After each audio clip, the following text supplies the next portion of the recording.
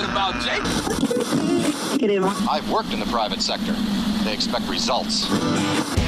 Welcome to the Nation of Jake on The Voice, KWAM, FM 107.9 and AM 990. Yes, have some. Yes, have some. All right, welcome to it, the Nation of Jake on The Voice, FM 107.9, AM 990, online, KWAMTheVoice.com. The Listen Live link is in the top right corner. Also streaming live on YouTube, the channel Nation of Jake. Run it all together there. Also the same handle on both Facebook and the Twitter. Connect with me on this Friday, June 14th, year of our Lord 2019. Partly sunny, 82 degrees. That's where it's going to stay for the high today. Enjoy it for today and tomorrow, because on Sunday and on through the next Sunday, all I see are Snoopy clouds and lightning bolts on my extended forecast on my weather app. So next week will be a wet one, so make it count for the weekend. It's supposed to be nice both this afternoon and tomorrow, with showers coming in on Sunday. So a lot to get to, a lot to recap from the week. NBC and the Democratic National Convention have narrowed the 2020 debate field all the way down to 20 candidates. In a two-night event, there's brackets, there's divisions, purple division, orange division on a Wednesday and Thursday night later this month. How are they going to do this? How do the brackets all shake out? Who are the first four out, or last four out, or first four in? I don't know how they did the seeding. It's going to be odd, because even when you split those two up into two nights, that's 10 candidates per night. That's a lot of people to be on a debate stage. I mean, we saw how it worked out in 2016. It was actually quite entertaining, but is that really what we're looking for? Of course it is show business for ugly people, so we will see how the debate stage shakes out a little bit later. Also, I'm very excited. I got news yesterday that the greatest story ever told is coming to the silver screen. I cannot wait for this. I'll tell you what it is a little bit later this hour. Also, we've got our regular Friday stuff, most of our regular Friday stuff. We've got the What the Hell stories coming up in just a few minutes. Also, the news cruise. I'm not going to get into the hate mail bag this week. A, there wasn't enough, and B, it just wasn't hateful enough. But it wasn't quite love letters, just a bunch of complaints. And I'm sure I'll maybe pepper them in throughout the program, but we're not going to open up the hate mail bag today. However, I do think that the stars are aligning just right for Earl Farrell and I to go into business together. I think Earl will be very, very excited about the situation that has opened up, the opportunity that we could get together and we could do something big right here in Memphis. So I will actually spring that on Earl, put him on the spot at the end of the program. So a lot to get to today. But first, let's attend to the top story. Since we last spoke, details have come out about the incident in Fraser. There was some light rioting. There were 30 or so police vehicles damaged, 35, I believe, officers injured with nothing serious, minor injuries to officers after a riot up in Fraser, after U.S. Marshals shot and killed a suspect that they were pursuing, a suspect named Brandon Weber. We did not know yesterday what Brandon Weber was wanted for. There were felony warrants out for his arrest. We were told they were violent offenses, but we did not know. But there are more details out on this whole story. That is the top story for today and maybe into the weekend. It says here regarding the warrants out for Brandon Weber, who was shot and killed by U.S. Marshals. DeSoto County District Attorney John Champion said the warrants issued for Weber were in connection to a June 3rd incident in Hernando. According to Champion, Weber answered a post on Facebook Marketplace that was advertising a red Infiniti G35 with the intention of stealing the vehicle and killing the seller. Champion said Weber asked to test drive the seller's vehicle. He requested the seller ride along. At some point, Weber opened fire, shooting the man 5 times before fleeing the scene. The seller, who was not identified, is in the hospital but is expected to survive. The charges on the warrant issued June 8th were for aggravated assault, armed robbery, and conspiracy to commit armed robbery. Now, the marshals were called out because Brandon Weber allegedly committed this crime in Hernando, Mississippi. The Hernando Police Department can't come up to Memphis and start looking for Brandon Weber. It becomes a federal matter across state lines. That's why the U.S. Marshals were on the case. The Marshals were dealing with a violent suspect. Champion said during a press conference, "I wish people would sit back and see what happened. It wasn't something where they shot up into Memphis to find someone and this occurred. He was a violent felon that did not want to go to jail. He had no appreciation for the value of human life, so the Marshal Service knew what they went into." A criminal history for Weber provided by the TBI shows an arrest in 2017 and 2018. Charges stemming from both were either dropped or dismissed, according to county court records. Now, these were drug offenses, traffic offenses, possession of a weapon, things like that. But now the Shelby County DA is going to have to answer some questions, because why were these previous charges never pursued? I mean, don't you have to think, okay, this kid was on the wrong path. He was getting into drugs. He had weapons. Hell, look at his Facebook page, and you'll see him posing with big fat stacks of cash and a cache of weapons as well. And there's one where he is sitting on the toilet, and he just has money everywhere. Like, hey, guys, here I am doing some number two, and I'm counting my money. I got so much money, I can't take a break from counting it. Like when I go into the crapper, I have to sit there and count my money. You know, with more details on the incident in Hernando, they say that Weber was not easy to find afterwards because of what police say he did to cover his tracks. He used a bogus Facebook account. And he would have to, wouldn't he? You go to a guy's Facebook account after he says he wants to come look at a car you're selling, and you see nothing but photos of him posing with big fat stacks of money and guns. That's not a guy you're going to meet up with. You're going to say, no, I'd rather not deal with you. You're not somebody that I want to be around. You've got the money.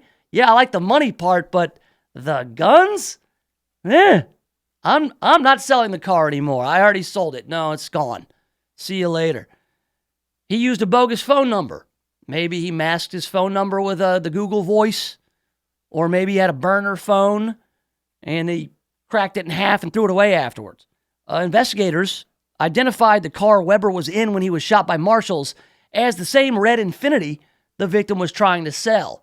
So not only did this poor bastard who got shot 5 times and left in the street bleeding out pick Brandon Weber out of a lineup, Brandon Weber was also in the red Infiniti that he stole after shooting this poor bastard 5 times and leaving him in the street to bleed out. All right, so this was the guy. This was not mistaken identity. This was not they got the wrong guy. This is not they framed him up. None of those things.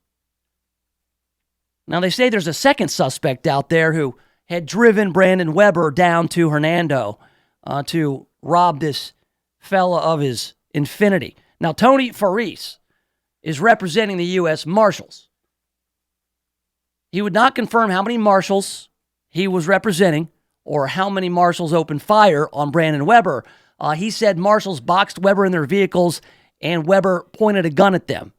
He exited his vehicle with an AR pistol that he tried to use on the U.S. Marshals. That's why the Marshals had to fire self-defense, because of their training. And again, when you go into a situation like that and you are in law enforcement, your one goal is to neutralize the threat.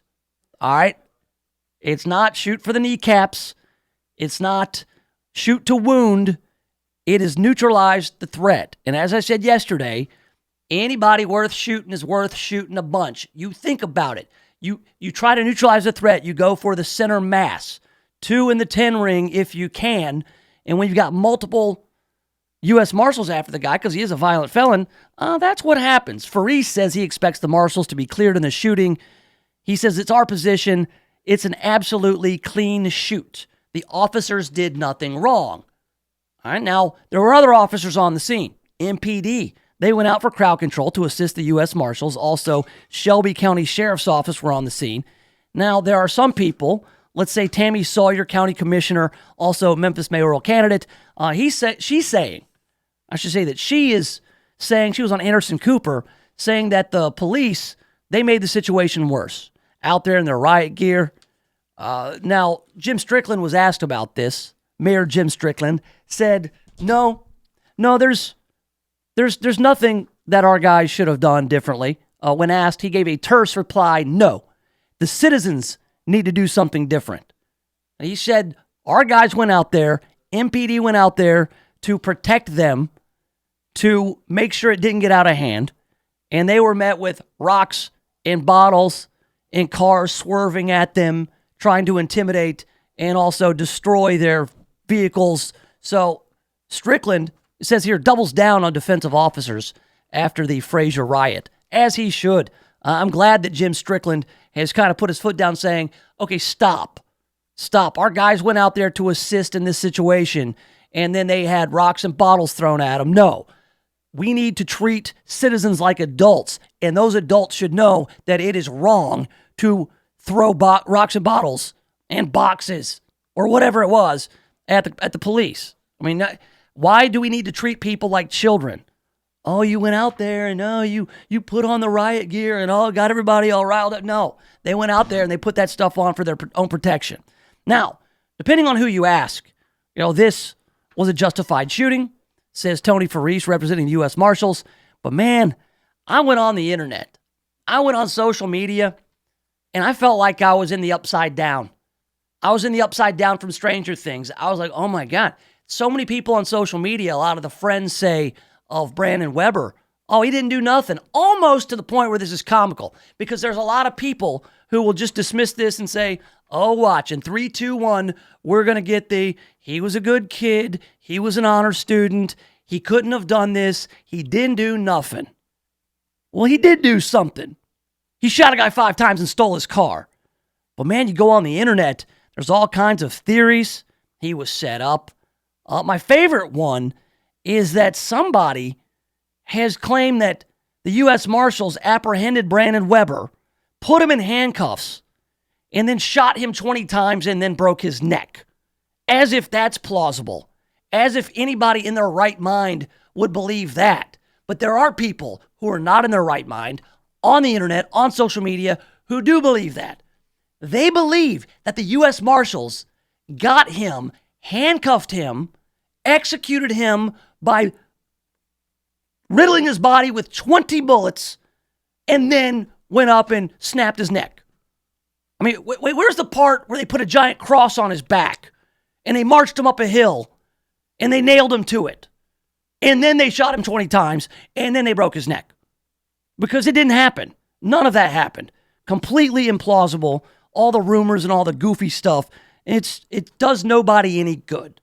All right, but look, instead of just saying, listen, this was a violent criminal. This is somebody who's now off the street. He had every chance to give himself up and go peacefully.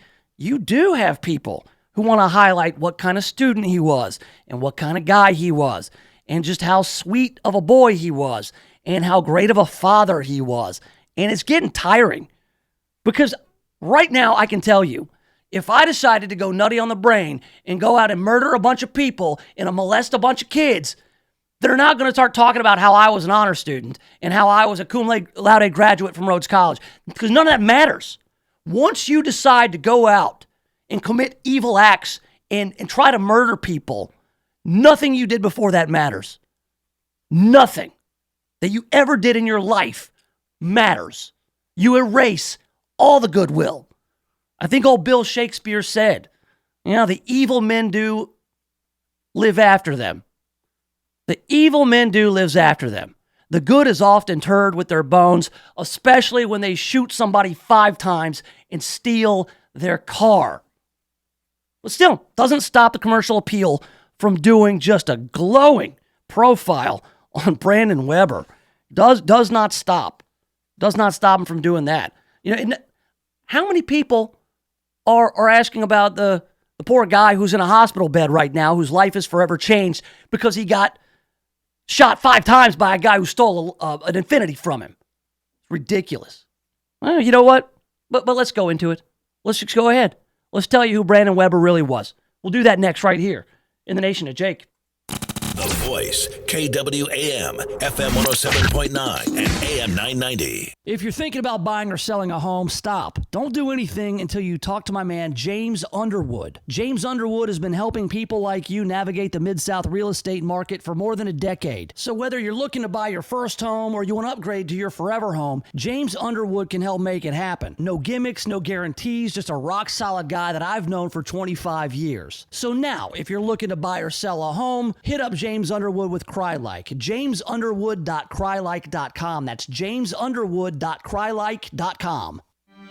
Miracles are happening in genetic testing and disease screening. As they say, knowledge is power, and Momentum Community Care offers you a chance to get early detection of cancers you may be genetically inclined to, and help develop a preventative treatment plan if needed. It's called CGX and PGX screening. The best news is that it's fully covered by Original Medicare Part B and most insurances. Call Jason Abbott at Momentum Community Care now for more information at 901-218-4425.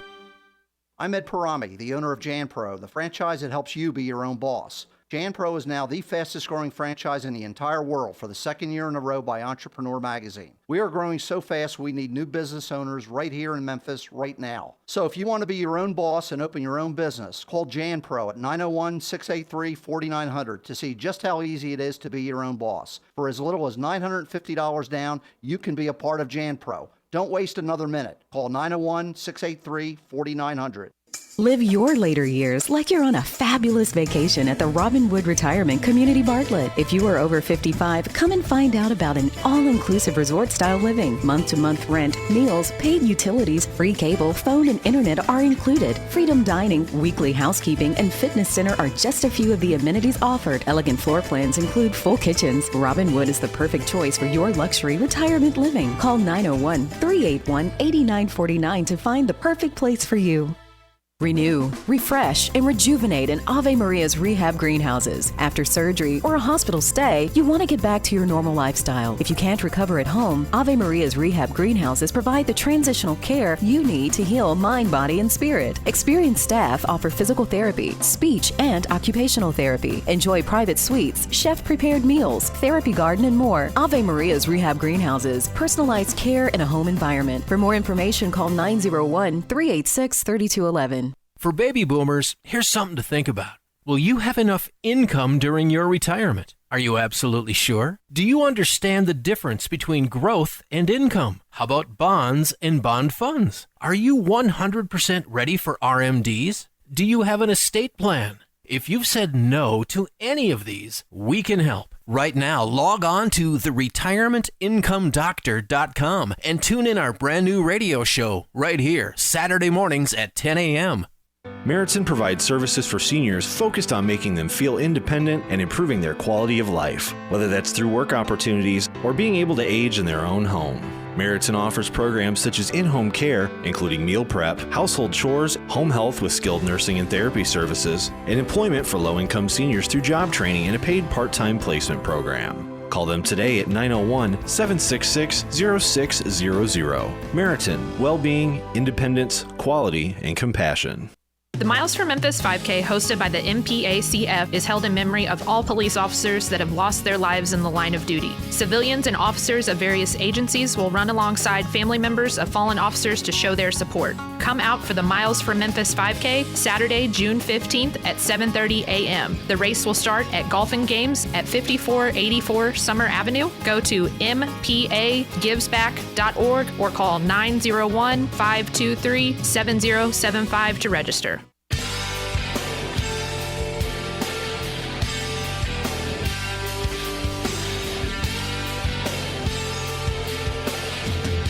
All right, welcome back to it. Yes, have some. It's the Nation of Jake on The Voice, FM 107.9, AM 990, online, KWAMTheVoice.com. Streaming live on YouTube. The channel is Nation of Jake. You can also find me on Facebook. And it's also Nation of Jake, as well as on Twitter, at Nation of Jake. Gotta have the @ sign on the old Twitter. All right, coming up, we've got some what the hell stories. These are all stories that I've gathered and make me say, what the hell? We'll also get into the greatest story ever told coming to the silver screen, and I cannot wait. There's a couple things coming up this hour. Next hour, we'll talk about these Democrat debates. Well, you know, it's funny, man, when we're talking about this Brandon Weber story, and this is not going to be the Brandon Weber show for 2 hours. We're going to kind of leave it at this here, these next few minutes. Look, people, they believe what they want to believe. And you can remember people how you want to remember them, but at some point, you have to just kind of look at it and say, man, how did this happen? Like, how did we get here? And at some point, you got to put the responsibility on choices people make. And this has become such a satire and such a parody of itself, is that whenever something like this happens, people want to tell the story of Brandon Weber. And they want to tell you, oh, he wasn't a bad kid. I mean, you can almost set your watch by it. You're like, oh, he was a good boy. My boy didn't do anything. He didn't do this. And you can just kind of already see how it's going to unfold. Well, the commercial appeal wasted no time on writing a profile of Brandon Weber. All right, and this is supposed to be the man Brandon Weber was before he was shot and killed by U.S. Marshals. It should be more like the boy Brandon was before he decided to get into a life of crime and shoot a guy 5 times and steal his car. All right, this is from Desiree Stinnett from the commercial appeal. Here we go. Who was Brandon Weber, the Memphis man shot and killed by U.S. Marshals? For 3 years in high school, Brandon Weber was a member of an organization called Facing History and Ourselves. While enrolled at Central High School, he would visit other schools and host teach-ins to talk to other students about important topics like the Holocaust, race in America, and immigration. That's how Emma Wagner, age 20, a graduate from White Station High School, met him. We worked closely together in the program our sophomore and junior year. He was such a good leader. He was so free-spirited and easygoing. He could talk to anyone. He made everyone feel a part, and he didn't ever leave anyone out. Oh, very nice. Very, very nice things to say about your former friend. Her memory of the gentle and goofy Weber didn't fit with the description of the man officials described. That's right. Officials described him as a violent and dangerous felon, fugitive from justice. Well, he also described himself that way. Why is it that they only use the photos of Brandon Weber, like, you know, in his little school Facing History and Ourselves group? He's there with his child or children, showing him just being the good kid and the good dad. The Brandon Weber that Brandon Weber wanted you to see were those Facebook pictures. You know, they go and they say, oh, don't judge him by those pictures. His friend Quantasia Turner, she says, don't judge Brandon Weber by his video or pictures that show him holding wads of cash on his social media accounts. Not just wads of cash, but guns, an arsenal of pistols and rifles. He wanted you to think that he was hard, that he was a gangbanger, and he might have been. That's the image that he projected to the world. So why should we not judge him on that? That's what he wanted. Isn't there the old phrase, when somebody shows you who they are, believe them? But no. The CA is working overtime to undo that. No, don't believe what he wanted you to believe. Believe what we're saying, because we're saying that he was a gentle and goofy guy. We've got Central High School principal Greg McCullough. He put out a statement. My heart is broken over the news regarding the death of Brandon Weber. Brandon worked hard during his time at Central, where he graduated in 2017. He was a very talented art student. He seemed to really love his experience at Central High, and he engaged well with others. My prayers go out to the Weber family during this devastating time. How about your heart being broken over the decisions that Brandon Weber made to get him to that point? The decision to get into a life of crime. Because it didn't just start with his venture down to Hernando, where he shot a guy 5 times and took his car. It didn't start there. It started with the first time that he was picked up for having an illegal weapon, or having drugs, or buying drugs or selling drugs. Somebody, if you loved them that much, you would have said, hey, Brandon, you got to turn it around. Or maybe he had everybody fooled. Maybe he was that good at leading this double life, which is odd because he showed you exactly who he was on his own social media. And it's crazy because that kid's 20. He really doesn't know a world without social media.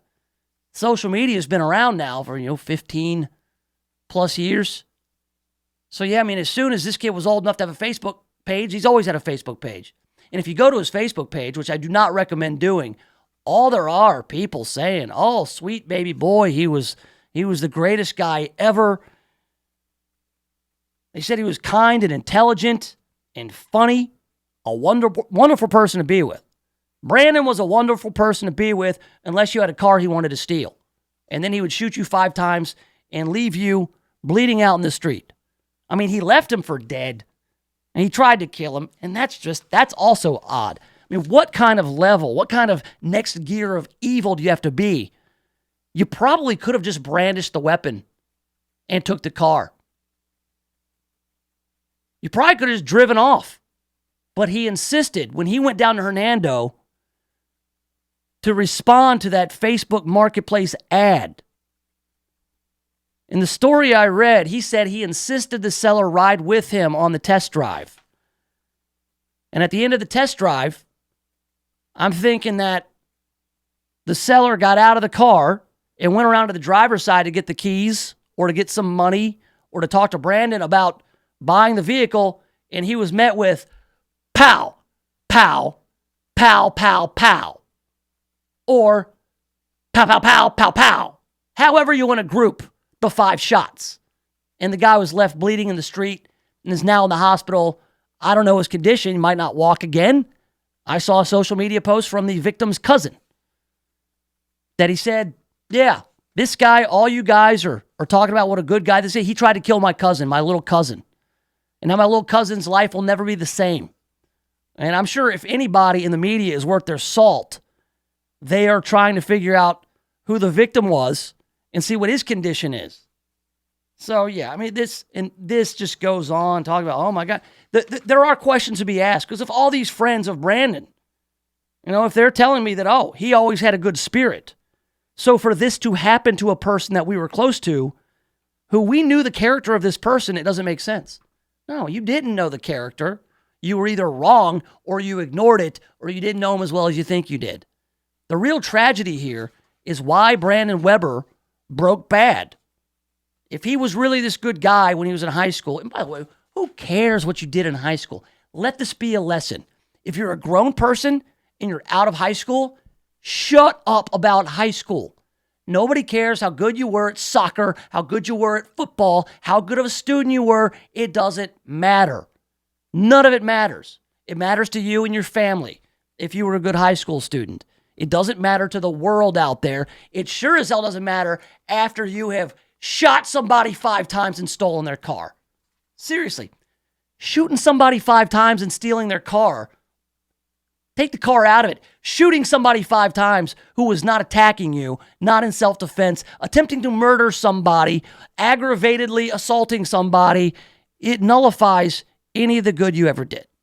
So shut up about high school. It doesn't matter. It doesn't matter. As soon as you graduate, never look back. High school's a joke. Move forward. You face the risk of shock and damage. So, yeah, it's all, he was a good kid. He was great. All his friends remember him. Oh, here we go. Loved ones remember man killed in officer-involved shooting. He had a heart full of gold, says Tyrone Johnson. And he also had a mouth full of gold. His personality was not like a regular person. He was somebody that looked out for everybody and maybe stole their stuff and shot them. Thank you, Tyrone. Appreciate it. Back to Quantasia Turner. She said, we're going to get justice for Brandon. This movement doesn't stop here. It doesn't stop tomorrow. It doesn't stop next week. Justice for Brandon. Brandon shot a guy 5 times and stole his car. And then, when he was going to face the consequences, he decided to attack U.S. Marshals. And the U.S. Marshals don't play around. No, they don't play around. When the U.S. Marshals come after you, they're not hunting you down to give you a citizenship award. They're not coming after you to congratulate you on your your great artwork at Central High School. All right, the U.S. Marshals are not there to play with you. So if you do anything other than comply with their commands, hands on your head, out of the vehicle, get on the ground, whatever they say, you do anything other than that, they're going to put you down, especially if you hop out of a car you just rammed them with an AR pistol. You're done. Suicide by cop. Just like the guy in Collierville. There was a guy in Collierville last week who came out of a home with a gun. He's waving it around. He's not complying with law enforcement. We're talking about a white guy who's 50-something years old. He may have been having some sort of breakdown. Police shot and killed him. They neutralized the threat. There were no riots. There was no question. People understood. They said, yeah, when a guy is waving a gun around and he doesn't comply with the police have to do what they have to do. So that's about all I want to say about Brandon Weber. That's about it. Because honestly, this story is really important to the media. This story is really important to activists and politicians than it is to any significant number of Memphians. All right. So there's a lot more to get to. Very excited about the greatest story ever told. It's coming to the movies. They're making a movie about the greatest story ever told. But coming up, I've got some stories. Make me say, what the hell? Let's do it next right here in the Nation of Jake. The Voice, KWAM, FM 107.9 and AM 990. CBS News update. President Trump says Iran is responsible for recent attacks on oil tankers in the Middle East. He told Fox News. We'll see what happens, but we don't take it lightly, that I can tell you. Jonathan Cohen is the acting U.S. ambassador to the United Nations. The United States assesses that Iran is responsible for these attacks. No proxy group in the area has the resources or skill to act with this level of sophistication. Iran, however, has the weapons, the expertise, and the requisite intelligence information to pull this off. CBS News State Department reporter Christina Ruffini. There's no doubt the U.S. has put enormous pressure on Iran through round after round of sanctions.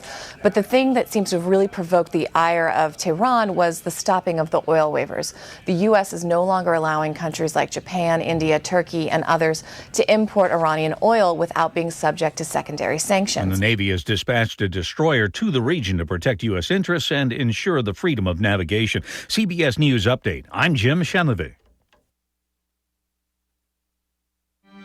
Miracles are happening in genetic testing and disease screening. As they say, knowledge is power, and Momentum Community Care offers you a chance to get early detection of cancers you may be genetically inclined to, and help develop a preventative treatment plan if needed. It's called CGX and PGX screening. The best news is that it's fully covered by Original Medicare Part B and most insurances. Call Jason Abbott at Momentum Community Care now for more information at 901-218-4425.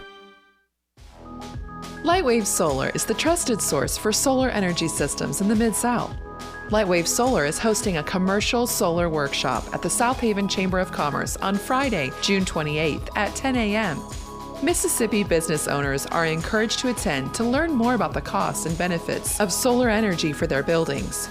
See how solar works with a tour of the solar equipment installed at the South Haven Chamber. Register at lightwavesolar.com.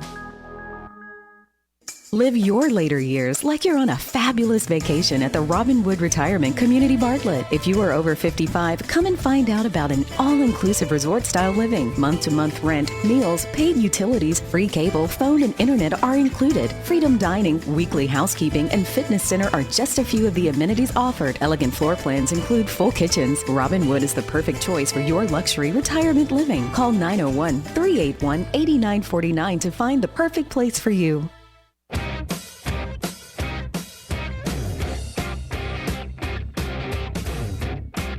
All right, welcome back to it. What the hell? Yeah, the Nation of Jake on The Voice, FM 107.9, AM 990. We're online at KWAMTheVoice.com. And streaming live on YouTube, find Nation of Jake. Very simple, Nation of Jake. Just run it all together.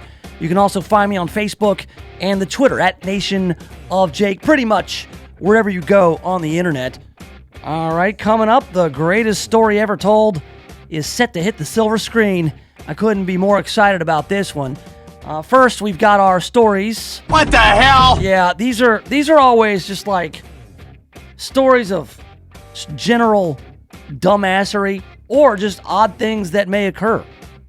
So it's kind of what the hell stories that make me say that when I come across them. They don't always have like a spot Monday through Thursday, so I put them all in the same place on Fridays.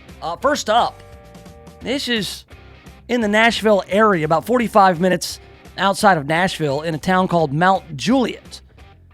Police officers arrested a man who they say was secretly living in a family's attic.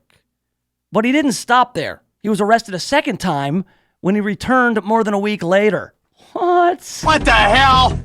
A mother returned home last weekend and found a stranger standing at the top of the stairs in the home. She yelled for him to get out of the house and called police, but that's when he ran into her daughter's bedroom. Oh, what a nightmare.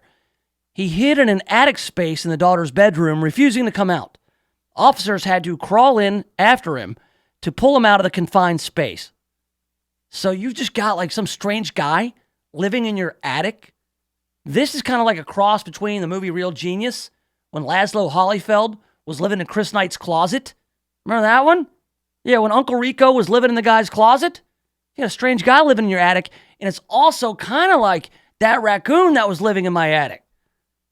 Kind of like that, but I don't think you can call wildlife solvers for humans. If you got humans living in your attic, I don't think they take care of that. I think you should call the police like this lady did. The man was later identified as Matthew C. Castro. He's been involved with the woman's minor daughter. That's where this gets. It starts making a little more sense. Just some rando guy living in your attic. Police say he'd been living in the attic space and coming down at night when the daughter was in her room and had locked her bedroom door. He was charged with aggravated criminal trespassing and was warned not to have any contact with the daughter. If she was underage, then where are the statutory charges? I wonder. More than a week later, a neighbor called police when they saw him walking toward the house. Officers found him after an extensive search of the home, and he was once again found hiding in the attic. Now, what the hell? Why wouldn't you just check there first? That's where he was living, in the attic. Officers used tasers to get him out of the attic and into custody. He was given additional charges of trespassing, unlawfully entering a home, and violating a protection order. Come on, Matt Castro. What you could do is what I tried. I tried to just, blast it with guitar feedback during the day, and also get maybe some of that fox urine. Maybe the guys from Wildlife Solvers could help out with a human, at least advise. I'm not sure they would take it on for liability purposes, but just having a dude living in your attic. Creeper! Oh, we've got a Tennessee district attorney has to review all the pending cases investigated by a detective who has said the government should execute gay people. What the hell? Come on. In sermons posted to the All Scripture Baptist Church Facebook page, Grayson Fritz preaches that government should arrest, try, and execute members of the LGBTQ community. The evidence used against them could simply be a picture of an individual at a pride event. Well, there's a lot of straight people go to pride events. You can't just execute people from going to parades or for being gay. It's absurd. Absurd. He went on to say the arrests should be made by the government, not Christians, unless you are a Christian policeman. What the hell? Now, Fritz said his beliefs didn't affect his work in the sheriff's office. He no longer works there after taking a buyout. They're reviewing the pending cases involving Fritz for any potential bias. I guess if Fritz was investigating any cases where there was a gay person involved, then they have to look to see if it was all done by the book or if it was biased. But yeah, you probably shouldn't say those kinds of things, especially if you are a public official. You really shouldn't say those things anyway because they're absurd that they should be executed. Ridiculous. Here we go. This is one of my favorites. A Florida man who was allegedly caught with cocaine on his nose insisted to authorities that the drugs weren't his. What the hell? I like the cut of your jib, Fabricio. Yeah, Fabricio Jimenez was arrested after being pulled over by deputies. Jimenez had a white powdery substance on his nose that a deputy believed was cocaine. His nose was swabbed, and a test confirmed the powder was, in fact, cocaine. The 20-year-old was arrested, but he tried telling authorities that the cocaine on his nose was not his. It belongs to my boss. I was going to get him some cocaine, and I was kind of looking in the bag, and then I hit a speed bump, and then boom. Kind of like True Romance style when Balky from Perfect Strangers was in the vehicle, and it just got everywhere. Deputies also found a backpack in the car with 250 grams of marijuana and 13 Xanax pills. So Fabricio was up to no good, but the drugs may not have been his. He says, listen, I got the weed and Xanax, but not the coke. I don't touch that stuff. It got in my nose. I'm not sure how. There's photos. It was like all up in his nose. He was doing the coke. What the hell? Oh, we've got an episode of Breaking Amish going on in Jefferson County, Pennsylvania. An Amish man is facing charges after he allegedly stole a neighbor's car and then went on somewhat of an unsuccessful drive. Now, I'm not a theologian. I'm not a theologian, but I'm pretty sure that that's against Jacob Byler's religion. Jacob Byler, the Amish man of Punxsutawney.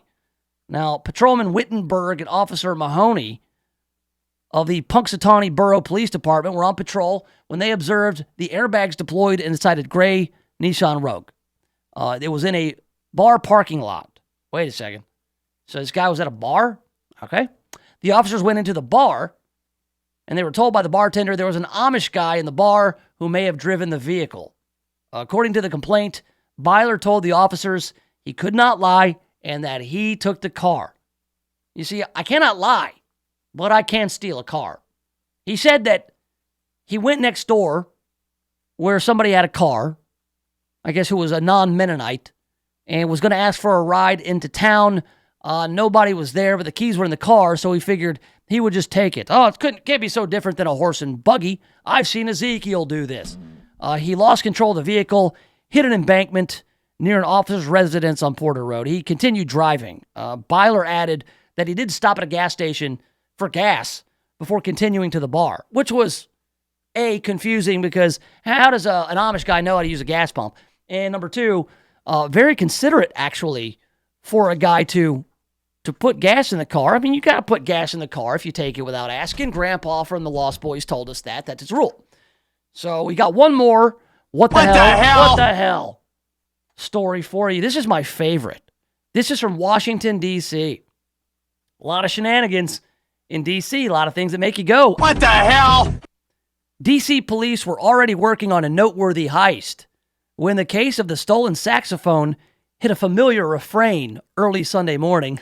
Ha ha, so clever.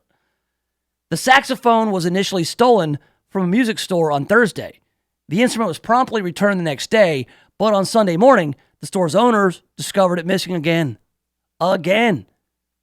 Police provided surveillance video of a burglar breaking into the store early Thursday, and the store owners provided a second video on Sunday morning. In the video, you can see the thief forego the cash register and other valuables in favor of a saxophone before fleeing the store. On Tuesday, 55-year-old Vincent Stewart Hammond was the one arrested in connection with the burglaries. He has been charged with 2 counts of burglary 2, which makes him a repeat sax offender.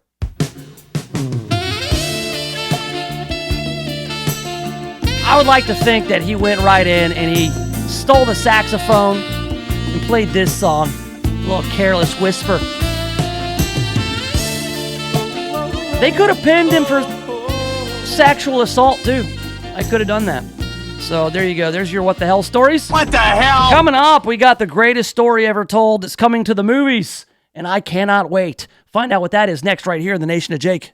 The Voice, KWAM, FM 107.9 and AM 990. When's the last time you looked at the windows in your house? Not through the windows, but at the windows. Really looked at them. There's dirt, streaks, buildup, smudges, fingerprints, paw prints, spider webs, dead bugs. There's little white speckles. I have no idea what they are, and who knows what else. Now, cleaning all the windows in your house makes a big difference, but it's also a big job. That's why you need Just Windows Home Services. Just Windows has been been taking the pain out of window cleaning since 1992. Just Windows cleans all types of windows, storm windows, screens, skylights, interior, exterior, upstairs and down. Now, I know I told you the company is called Just Windows Home Services, but they do a lot more. Roof and gutter cleaning, pressure washing, mirrors, blinds, ceiling fans, light fixtures, chandeliers. Look, if you've got hard to reach areas of the house, then you need Just Windows Home Services. Call for a free estimate, 751-3934. That's 751-3934, or get them online at justwindowsmemphis.com. That's justwindowsmemphis.com.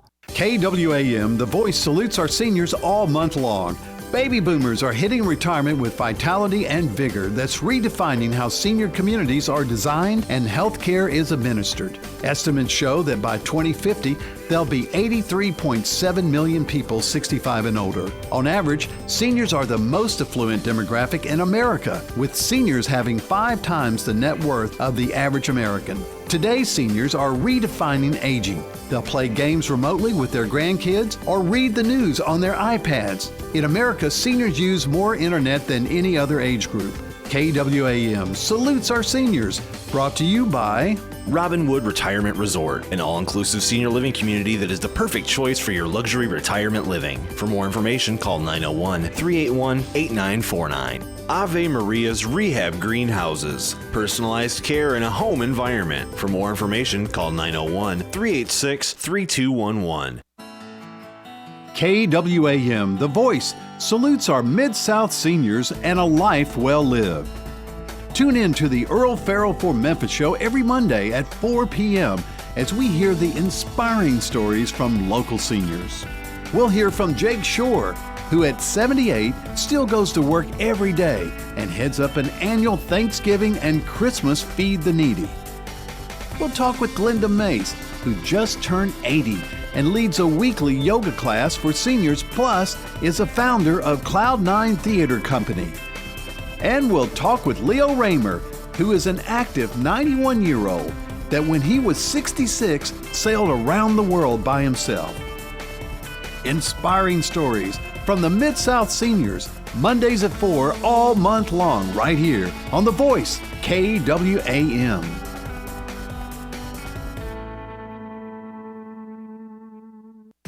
ATC Fitness would like to announce their new partnership with Silver Sneakers. That's right, ATC Fitness now accepts Silver Sneakers members. ATC Fitness is your local, family-owned 24-hour gym. Get started on the right track with their easy-to-follow instructions and demonstrations. Remember, if you are a Silver Sneakers member, come to any ATC Fitness throughout the Mid-South. Check them out online at atcfitness.com to find the nearest location to you.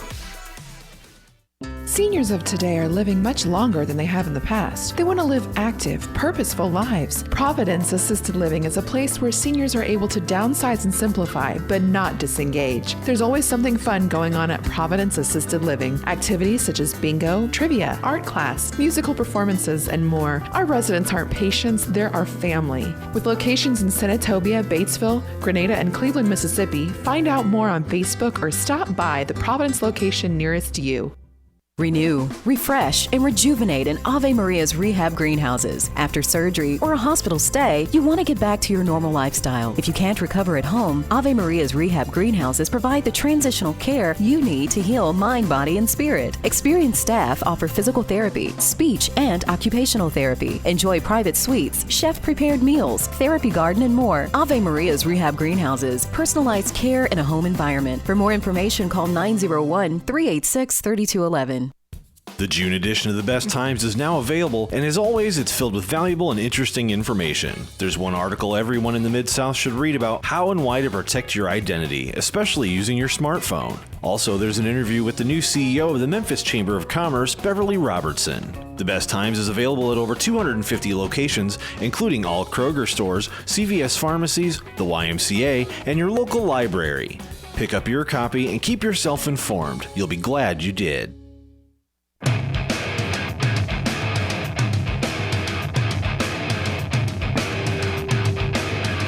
All right, welcome back to it. Yes, have some. The Nation of Jake on The Voice, FM 107.9, AM 990, online, KWAMTheVoice.com. Streaming live on YouTube right now. The channel is Nation of Jake. Find me on Facebook and Twitter, Nation of Jake as well. All right, I will make you wait no longer. The greatest story ever told is coming to the movies. That's right. Exactly 47 years ago, almost to the day, Major League pitcher Doc Ellis threw a no-hitter for the Pittsburgh Pirates while high on LSD. That's right, Doc Ellis in the LSD no-no. But now, Ice Cube, O'Shea Jackson, known as Ice Cube, plans to retell it as a motion picture with his son O'Shea Jackson Jr. in the starring role.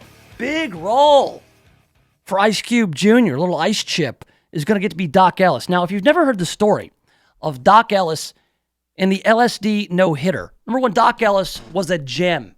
He was an outspoken player, flamboyant, loud, awesome. All right, he didn't take anything from anyone. All right, did Doc Ellis.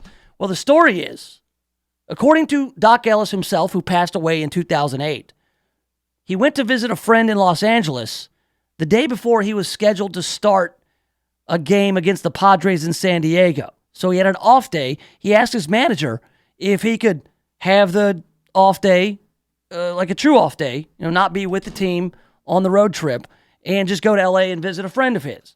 Well, he did. And so he decided to take some acid. He dropped acid, stayed up late into the night, drinking and doing drugs, and then he lost track of what day it was. So the day of his start, he woke up thinking it was his off day, so he took another hit of acid. Then he learned 2 hours later from his friend that he was supposed to pitch. It was there that day in the paper, Pirates versus Padres, scheduled to pitch Doc Ellis. So he was like, oh man, I gotta get to San Diego. So he hopped on a plane. An hour later, he made it to the park 90 minutes before first pitch.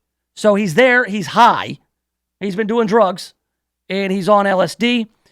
Man, he says that he had all kinds of hallucinations. The ball got real big, the ball got real small. He said he started having the crazy idea in the fourth inning that Richard Nixon was the home plate umpire. And at one point, I thought I was pitching to Jimi Hendrix, who was holding a guitar and swinging it over the plate. He recounted his start in 1984 when he first told the world of his trip. He says, I remember diving out of the way of a ball I thought was a line drive. I jumped, but the ball wasn't hit hard and it never reached me. Doc Ellis pitched a no-hitter while high on LSD, and it's going to be a movie, and I cannot wait. There's actually a little 4-minute retelling of the story from Doc himself. He told this to the broadcasters there in Pittsburgh at KDKA. So they took the audio of Doc's interview and they put a bunch of animation. Go on YouTube. It's the best 4.5 minutes on the internet. It's called Doc Ellis in the LSD No-No. And it's Doc himself telling the story, and it's great, and I cannot wait for this movie to come out. It's right up there with Bill and Ted 3. I mean, Bill and Ted 3, and then Doc Ellis's no-hitter on acid. Phenomenal idea. And I think that Ice Cube would do a good job with producing it, and hopefully his kid can act. I mean, Doc Ellis used to wear curlers in his hair, and the commissioner's like, cut it out. He's like, that guy wears a wig. I mean, great stuff. So we'll see when that hits theaters or comes out on demand. Cannot wait. All right. The 2020 debates, how are they going to do it? Too many candidates. CBS News at the top of every hour. Serving Tennessee, Mississippi, and Arkansas. The latest news stories are here. This is KWAM Memphis. This is CBS News on the Hour. Real news, real reporting. I'm Jim Sheneby. President Trump isn't shying away from pointing a finger at Iran for this week's attacks on oil tankers in the Gulf of Oman. It was them that did it. The president on Fox, there is a video that shows Iran's involvement. CBS's David Martin. The U.S. says it shows an Iranian patrol boat coming alongside and removing an unexploded mine from one of the tanker's hulls, making off with the evidence, in other words. The U.S. says other mines planted by Iran did explode, leaving one tanker so badly damaged it was in danger of sinking, and the other in danger of drifting into Iranian waters. And the question is what to do about it. The Pentagon says it's not interested in getting into another conflict in the Middle East. but has dispatched a Navy destroyer to the region to protect U.S. interests. A federal appeals court has today given the Trump administration a victory on its efforts to ban most transgender people from the military. The Ninth Circuit Court of Appeals in San Francisco setting aside a ruling by a Seattle district judge, which said the ban likely violates the constitutional rights of transgender recruits and service members. That three-judge panel did not base its ruling on the case's merits, rather ruling that Judge Marcia Peckman did not give the military's judgment enough weight. President Trump today walked back some controversial comments from this week. Correspondent Natalie Brand. President Trump now says he would notify law enforcement if a foreign government offered up dirt on a political opponent in the 2020 presidential election. The president called into Fox and Friends to make the clarification. Of course you have to look at it, because if you don't look at it, you're not going to know if it's bad. How are you going to know if it's bad? But of course you give it to the FBI or report it to the Attorney General or somebody like that. That's a little different from what Mr. Trump told ABC News. This is somebody that said, we have information on your opponent. Oh, let me call the FBI. Give me a break. Natalie Brand, CBS News, the White House. Correspondent Mola Lenghi has the latest on the shooting of former Red Sox David Ortiz in the Dominican Republic. Dominican police say that Rolfi Ferreira Cruz confessed to shooting David Ortiz as part of a nearly $8,000 hit job. Ferreira Cruz claims that Ortiz was not his intended target. Paige Winter, a North Carolina teen recovering after losing her leg in a shark attack last weekend off the Carolina coast. Her father Charlie talked about the attack. I immediately grabbed her with my right arm. I could see the damage. As I was turning, I looked and I grabbed her on her thigh, trying to stop the bleeding. I turned and I started to run immediately back to shore. Doctors say her recovery is going well. On Wall Street right now, the Dow is down 6 points, the Nasdaq off 35, and the S&P is down 4. This is CBS News. Would you risk your career or your life to go up against a big company if they were doing something wrong? Meet people who did. Whistleblower on CBS tonight. With the stock market at all-time highs, cash in your profits now and invest in an asset that can potentially pay for up to 20 or more years. That's the sound of a producing oil well and the sound of a smart investment. If you're an SEC-defined accredited investor, you can take advantage of Encore Energy's projects. Call now to learn how you can potentially achieve 20 or more years of income and deduct 100% of every dollar invested against all forms of income. Call 1-800-803-8511. Invest in your future and buy oil. Encore is drilling in an area that is potentially one of the most prolific horizontal oil plays in the entire country. Oil prices are projected to rise, so you need to own a piece of an oil field. Encore Energy is the most active oil and gas operator in its core area of operations. Call now and learn how to deduct 100% of your investment and create 20 or more years of potential monthly income. Call 1-800-803-8511. You will be calling directly to the home office of Encore Energy. That's 1-800-803-8511. Oil investments involve a high degree of risk and actual results may vary. The Coast Guard is trying to track down the source of bogus distress calls being made around Ocean City, Maryland. CBS's Bill Rakoff. Mayday, mayday, mayday. The calls are being made over VHF Marine Band Channel 16. It's a channel reserved for hailing and distress calls. Coast Guard officials say the man's been transmitting a steady stream of distress calls since late March. Going down, Cap. Going down. I'm going to go down with the ship. Don't bother saving me. I'm just going to shoot down with the ship. Officials say those false distress calls are putting other mariners at risk. Bill Rakoff, CBS News. Sony says its PlayStation Network is back up to full speed. A shutdown affecting thousands of gamers around the world hit yesterday. The company says the problem was in its server network. No evidence that hackers were involved, as has been the case in past shutdowns. Users who attempted to log on during the outage were met with an error code. Jim Sheneby, CBS News. With the stock market at all-time highs, cash in your profits now and invest in an asset that can potentially pay for up to 20 or more years. That's the sound of a producing oil well and the sound of a smart investment. If you're an SEC-defined accredited investor, you can take advantage of Encore Energy's projects. Call now to learn how you can potentially achieve 20 or more years of income and deduct 100% of every dollar invested against all forms of income. Call 1-800-803-8511. Invest in your future and buy oil. Encore is drilling in an area that is potentially one of the most prolific horizontal oil plays in the entire country. Oil prices are projected to rise, so you need to own a piece of an oil field. field. Encore Energy is the most active oil and gas operator in its core area of operations. Call now and learn how to deduct 100% of your investment and create 20 or more years of potential monthly income. Call 1-800-803-8511. You will be calling directly to the home office of Encore Energy. That's 1-800-803-8511. Oil investments involve a high degree of risk and actual results may vary.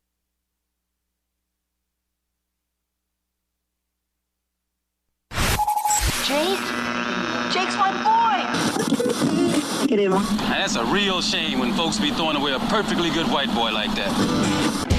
Welcome to the Nation of Jake on The Voice, KWAM, FM 107.9 and AM 990.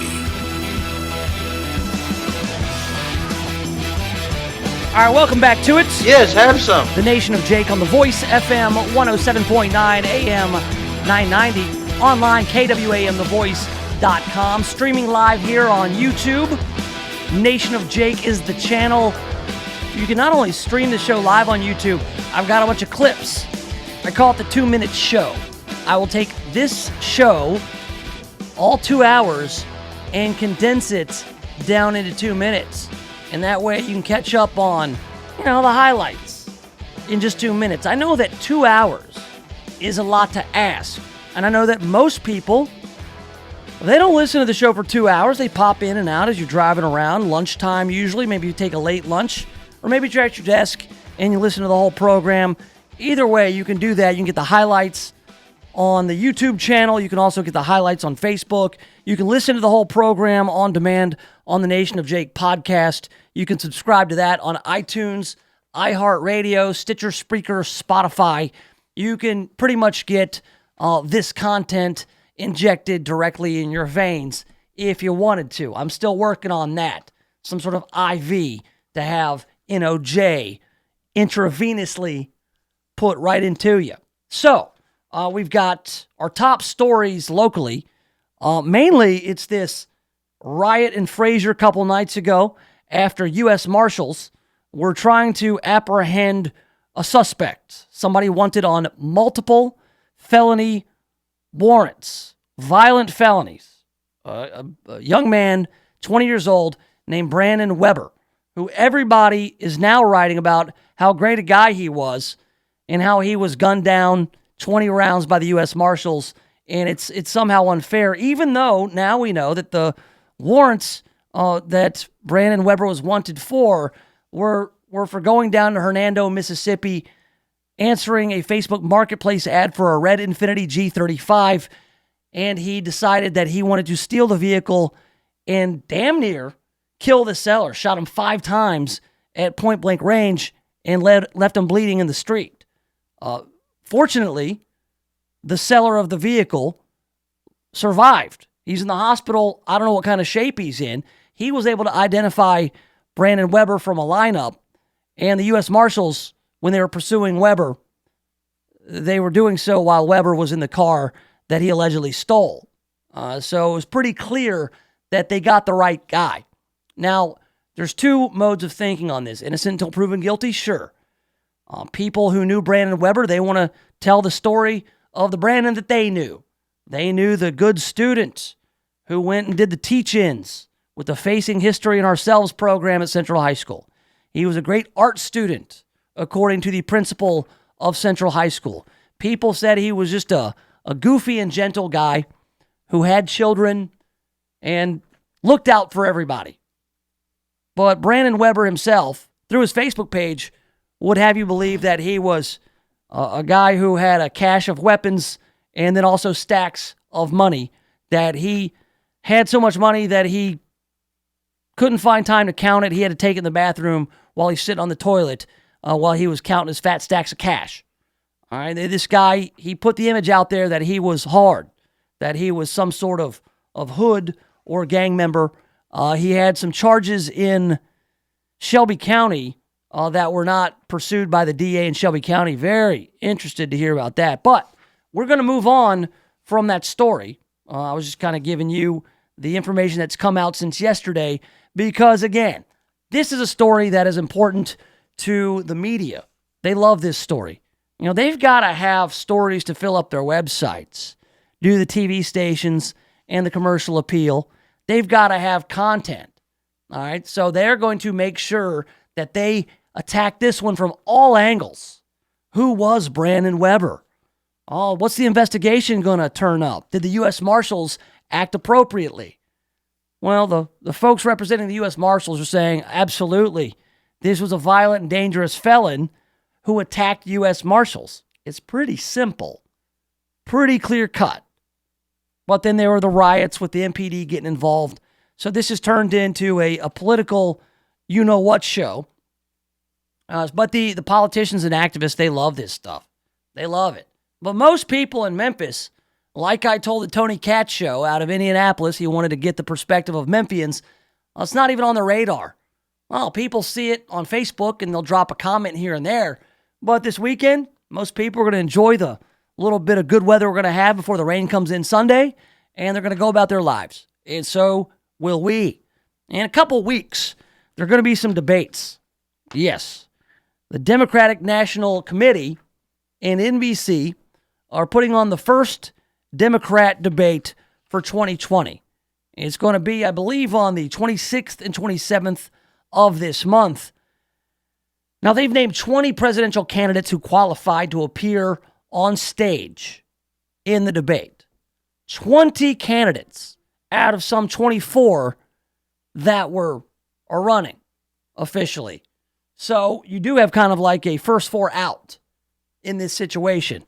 Those participating in the debates later this month in the two-night debate spectacular on NBC's family of networks, they are Senator Michael Bennet of Colorado, who has zero chance of being president. Former Vice President Joe Biden, who probably has the best chance out of the field of being the president. Senator Cory Booker of New Jersey. Maybe in a different time he could be president. And what I mean is when it's not so crowded a field, I think Cory Booker would be a strong candidate when there's not other strong candidates around, but he hasn't really gotten much traction. Spartacus, he's also kind of a phony. Real fake. South Bend, Indiana Mayor Pete Buttigieg, who's kind of like your dark horse, surprise candidate. Mayor of South Bend. He's a veteran. He's also gay, married to a man. We'll see. We'll see if he can be that dark horse candidate. He's actually surprised a lot of people. He's polling better than a lot of folks you thought would do very well in this race. Former Housing Secretary Julian Castro, no chance. New York City Mayor Bill de Blasio, delusional, will not be president, but does not belong on the stage. I would venture to say that pretty much everybody hates him. Like, you're not going to find a lot of de Blasio support anywhere outside of New York City, and even there, I'm not sure they like him very much. Former Representative John Delaney of Maryland, irrelevant. Representative Tulsi Gabbard of Hawaii, interesting ideas, and not a bad-looking woman. That doesn't matter. That's sexist. That said, Tulsi Gabbard's got some interesting ideas, but she's not going to be president of the United States. Senator Kirsten Gillibrand of New York, probably the most disappointing candidate to this point, if you're going by expectations. You know, her star started to rise. She's this up-and-coming senator, and she's polling at like 1%. She's got no shot. She should hang it up and quit wasting other people's money. But that's what these guys do the best. They're really good at spending other people's money, aren't they? Senator Kamala Harris of California, again, one that you thought, I mean, with all her grandstanding in the Senate, that big stage she was on, that she would be an ideal candidate for president, but it just is really not happening for her right now in this crowded field. Former Governor John Hickenlooper of Colorado. John Hickenlooper. No, it's not going to happen, John. Governor Jay Inslee of Washington State. I saw an Inslee sticker the other day, and I'm still kind of in shock. I mean, some of these guys, they're seriously just wasting oxygen up there on the stage. Senator Amy Klobuchar of Minnesota. Angry Amy. She's known primarily for throwing things at her staff when they disappoint her. Won't be president. Also not polling very well. Former Representative Beto O'Rourke. Yeah, he'll be on stage. He'll be swatting at flies the whole time. And he talks with his hands like he's always got gnats around him. Beto. He's a jerk. And he won't be president. Representative Tim Ryan of Ohio. No idea. Senator Bernie Sanders of Vermont. At one point, a frontrunner, you know? I mean, Bernie, he's cooled off quite a bit. I'm not sure what the deal is. I mean, maybe it's just the crowded field, or maybe it's just his support is waning. You know, a lot of people to the hard left are going, yeah, just another old white guy. He's just saying the same things over and over again. Bernie's support is kind of fizzled. I mean, he's still better than most as far as polling goes. Eric Swalwell of California.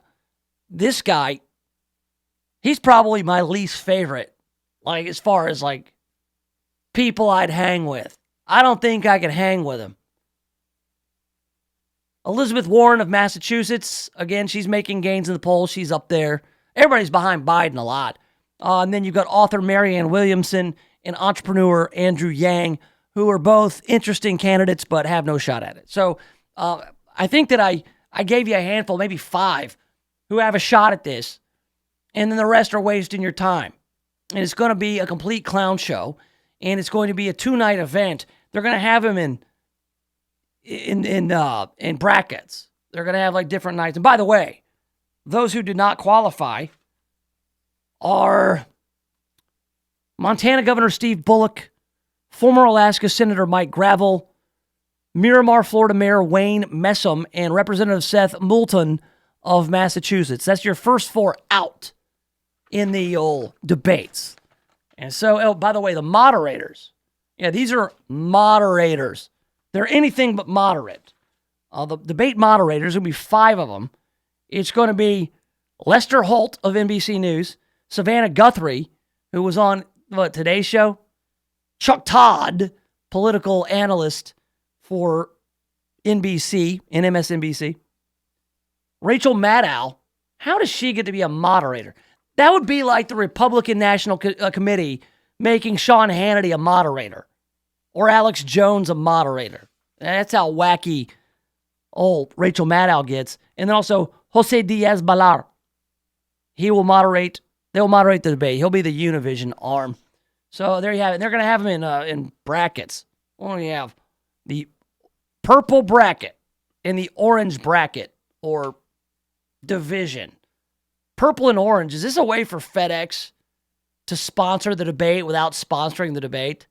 I know Fred Smith is not a Democrat, but maybe he figures, this will be big and we need to do some marketing, maybe to some people who need overnight shipping.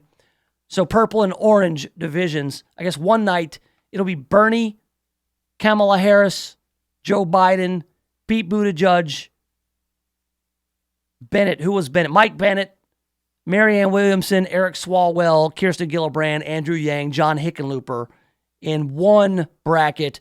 And then the other bracket will be Elizabeth Warren, Cory Booker, Beto, Klobuchar. Really, when I go down, I'm just going to read names. Elizabeth Warren has the easiest path in the tournament here because she is doing better than pretty much anybody else in her bracket by a lot on the orange bracket. NBC will now decide which bracket, purple or orange, goes first. You know what they need to do? There's too many candidates. They need to have some sort of physical challenge element to this. Like they have to complete the American Ninja Warrior course before they debate. And if they fall in the water, then they can't debate that night. Or they have to do it, and then if they're too worn out to debate, just something to make it more interesting. Isn't that an NBC show? American Ninja Warrior? I would love to see Bernie Sanders do the American Ninja Warrior course. That would be phenomenal. That would be must-see TV. That, I believe, FedEx would sponsor. Bernie Sanders, just leaping on those pads and doing all the swinging. I want to see him. I want to see Bernie Sanders jump up the warped wall and then hit the buzzer and then go to the podium for a debate on healthcare. That's the way they should do this. Or do it Double Dare style. You know, you ask Elizabeth Warren an embarrassing question about having lied about her Native American heritage, and she could take the physical challenge. Yeah, and then they'll have to, throw marshmallows into a cup that's mounted on a helmet on each other's heads. Yeah, make it like Double Dare or American Ninja Warrior or something. Have some sort of element, because it's going to be a spectacle or a debacle or both. So there you go. There you have it. That's news today. Oh, we've got an update. Let's get back into the curious case of David Ortiz. We know there was a hit put on his life for about $8,000. Do we know why yet? There are a lot of reports out there about this, and we'll do that next right here in the Nation of Jake. The Voice, KWAM, FM 107.9 and AM 990. If you're thinking about buying or selling a home, stop. Don't do anything until you talk to my man, James Underwood. James Underwood has been helping people like you navigate the Mid-South real estate market for more than a decade. So whether you're looking to buy your first home or you want to upgrade to your forever home, James Underwood can help make it happen. No gimmicks, no guarantees, just a rock-solid guy that I've known for 25 years. So now, if you're looking to buy or sell a home, hit up James Underwood with CryLike. JamesUnderwood.CryLike.com. That's JamesUnderwood.CryLike.com. KWAM, The Voice, salutes our Mid-South seniors and a life well lived. Tune in to the Earl Farrell for Memphis show every Monday at 4 p.m. as we hear the inspiring stories from local seniors. We'll hear from Jake Shore, who at 78 still goes to work every day and heads up an annual Thanksgiving and Christmas Feed the Needy. We'll talk with Glenda Mace, who just turned 80 and leads a weekly yoga class for seniors, plus is a founder of Cloud9 Theater Company. And we'll talk with Leo Raymer, who is an active 91-year-old that when he was 66 sailed around the world by himself. Inspiring stories from the Mid-South seniors, Mondays at 4 all month long right here on The Voice, KWAM.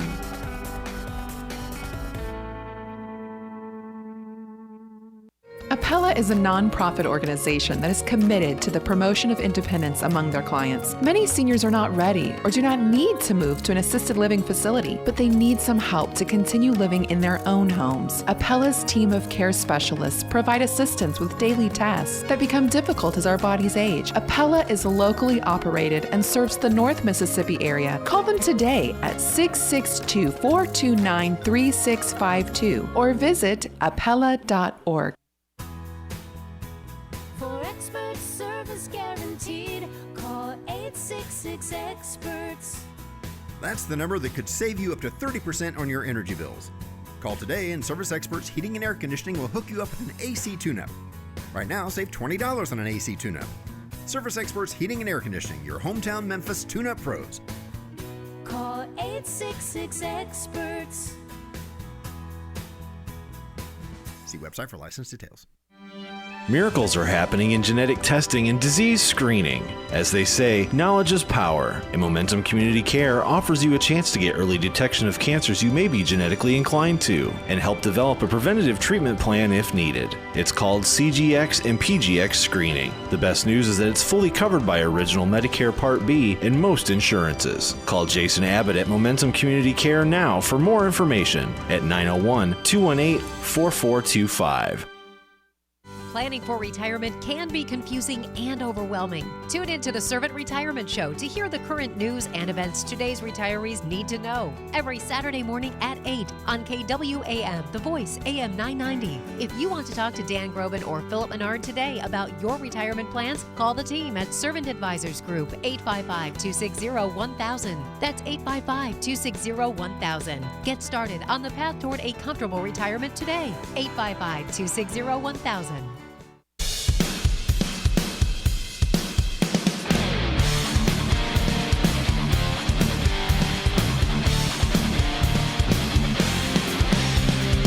All right, welcome back to it. Yes, have some. The Nation of Jake is on The Voice, FM 107.9, AM 990. Online, KWAMTheVoice.com.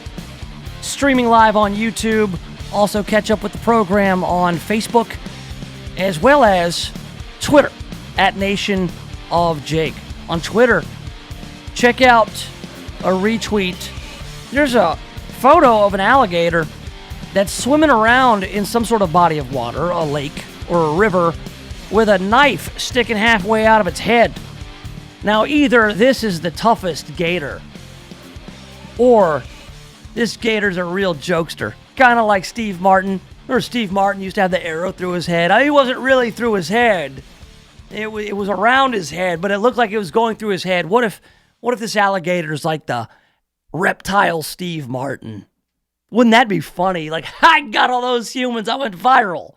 Did you see that tweet? The fake knife in my head? Ha ha ha! Chomp, chomp, chomp, chomp, chomp, chomp, chomp, chomp, chomp. Yeah, so go on Twitter and follow me. It's always quality stuff like that. Also, on Twitter right now, there's a little interaction going on. I was reading through Twitter last night. Daniel Connolly from the Memphis Commercial Appeal, he's an investigative reporter. We got into a little discussion over, I guess they were doing some seminar on investigative reporting, and somebody so astutely pointed out that body cameras on law enforcement only record audio and video, and they do not record other senses like the sense of smell. All right, so I was like, smell-o-vision is not a thing? Oh, wow, these guys who come in and do the seminars, they're really, really sharp. I mean, making a point that a body camera in that video doesn't include smell. That is something that you really need to take into account when you're covering stories like the ones going on nowadays. So I asked about smell-o-vision, and Daniel Connolly says, oh yeah, the guy actually, he brought up the term smell-o-vision. And I said, well, if smell-o-vision becomes a reality, I'm just going to go ahead and skip over the escape scene from Shawshank Redemption, because that would be unpleasant. And you know what Daniel Connolly replied? Daniel Connolly has not seen Shawshank Redemption. And I was shocked. I'm like, my goodness, how have you never seen Shawshank Redemption, one of the greatest movies of all time? How have you not seen the film?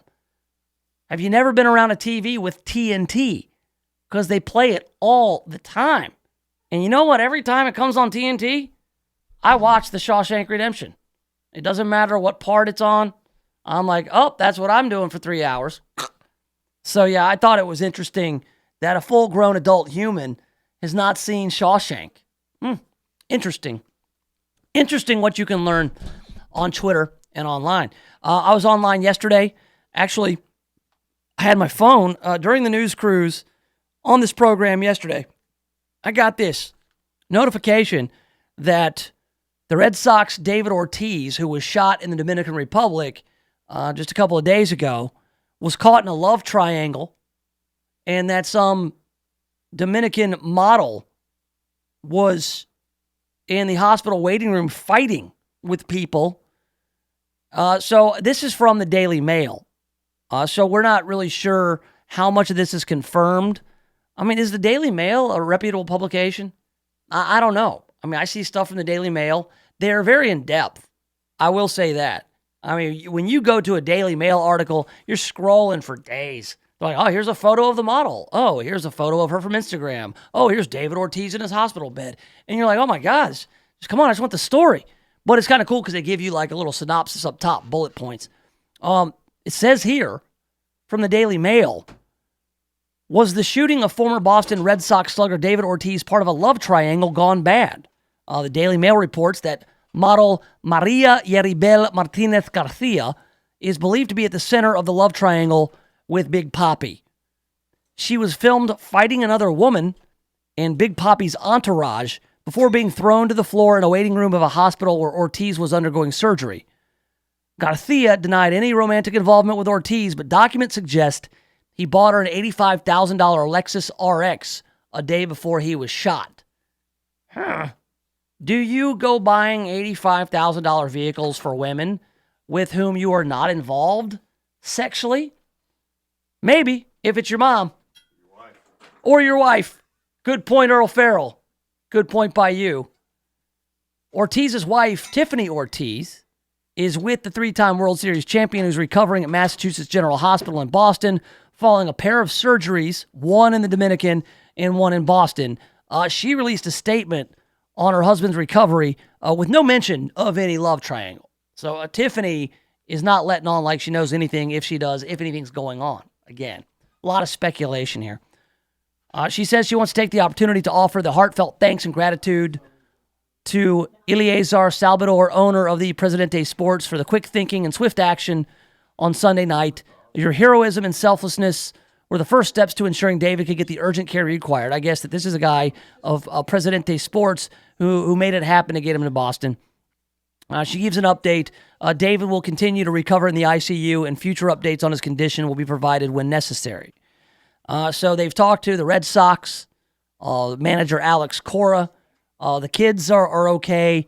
They're saying that David Ortiz looks like he's going to be fine. Now, as far as the guys responsible for shooting David Ortiz, the trigger man, he says he did it, but he didn't mean to kill David Ortiz. That David Ortiz was not the intended target. So if David Ortiz was not the target of the hit, then what's all this business about him having an affair with a drug dealer's lady, girlfriend? So, I mean, you have a lot of people. There are a lot of names. There's a lot to this story. But we've got now people saying, oh, well, we didn't mean to shoot David Ortiz. It was somebody else we were trying to murder for $8,000. American prosecutors said that they believe 2 suspects in the shooting of David Ortiz are wanted for crimes in the United States, while the father of another suspect said his son belongs to a notorious Dominican gang of drug-dealing hitmen, or sicarios, as they call them. Ortiz was shot in the back at a bar in the Dominican Republic on Sunday. Dominican officials announced Wednesday they had detained a suspected gunman and 5 accomplices. Ortiz is now in a Boston hospital, of course. Prosecutors in New Jersey said that a bench warrant on armed robbery and gun charges has been issued for the man who authorities in the Dominican Republic say pulled the trigger. But they're saying, look, he's wanted now for attempted murder in the Dominican, and he's probably not going to be extradited back to the U.S. for these armed robbery charges. So this gets deeper and deeper. When you've got somebody like the Daily Mail, or you've got a publication like the Daily Mail, printing things, feeling confident enough to print that David Ortiz was involved in a love triangle, and then you've got this person going to the hospital waiting room, fighting with people, maybe trying to get to David Ortiz to see him, and his entourage is like, no, get out of here. You're going to ruin everything. I don't know. Who do you believe? Look, ball players, it's kind of part of the lifestyle. And I'm not going to say this directly about David Ortiz because I don't know the guy, but I spent 5 years with a Major League Baseball team. I saw things and heard things that I probably wasn't supposed to know, and I will not name names, but guys who go out and are ball players, they kind of do what they want. And oftentimes, the wives of those ball players understand that. They understand what they got into, that they're the ball player's wife, but when the team's away, well, it's what stays in whatever city they're in stays in that city. What happens in San Diego stays in San Diego. Sometimes wives will go on the trips with the players, and then the players will act completely different. So, listen, and then I was just a bystander. I was the Nick Carraway in this F. Scott Fitzgerald novel of my 5 years on the road with a Major League Baseball team. So the truth will come out. It'll get corroborated, and everybody will say, oh, yeah, that Daily Mail report. They'll say, oh, it's true because we've corroborated this. We've confirmed it. But they'll still say the Daily Mail is not a credible media outlet. So, we can just kind of go by what is rumor. I'm glad David Ortiz is okay. But man, what rotten luck. If you're this guy paid $8,000 to go put out a hit and you accidentally killed David Ortiz instead, that's going to put you on a radar that you don't want to be on. That's it's unfortunate people are going out and killing people anyway. And we talk about it in the Dominican Republic. We're talking about it in Hernando, Mississippi with the whole Brandon Weber deal. And now I got people on Twitter yelling at me about how I'm misrepresenting this media narrative of the police shooting suspects of any color. We talked about the Brandon Weber thing with the U.S. Marshals. He was a violent and dangerous felon who was on the run, and he pointed a weapon at the U.S. Marshals and was killed. We had it happen in Collierville a couple of weeks ago, maybe just last week, where a guy had a weapon that he refused to put down. He refused to comply, and the police neutralized the threat. I mean, it happens everywhere. When you do not comply, when you resist, and especially when there's a weapon involved, your chances of dying go way up. Way, way, way up.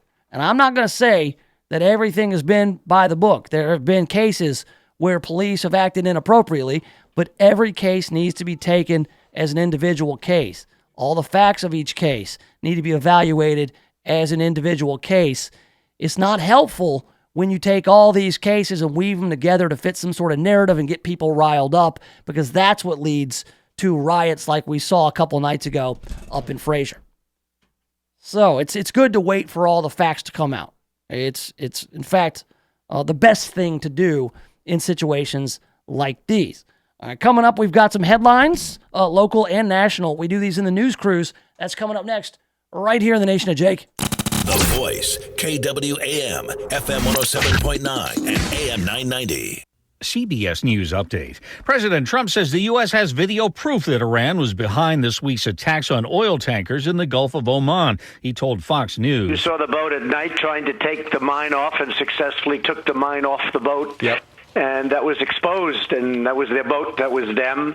And they didn't want the evidence left behind. UN General Secretary now calling for an international probe. CBS's Charlie Daggett. It's hard to overstate how crucial these waterways are to the transportation of oil and gas from this region. A third of all shipped oil comes through here. And because that narrow waterway, the Strait of Hormuz, is situated just off the coast of Iran, it gives that country a significant point of leverage. The U.S. military has dispatched a Navy destroyer to the region to protect U.S. interests, but officials say they're in no hurry to get into another Middle East conflict. CBS News update. I'm Jim Chenevey.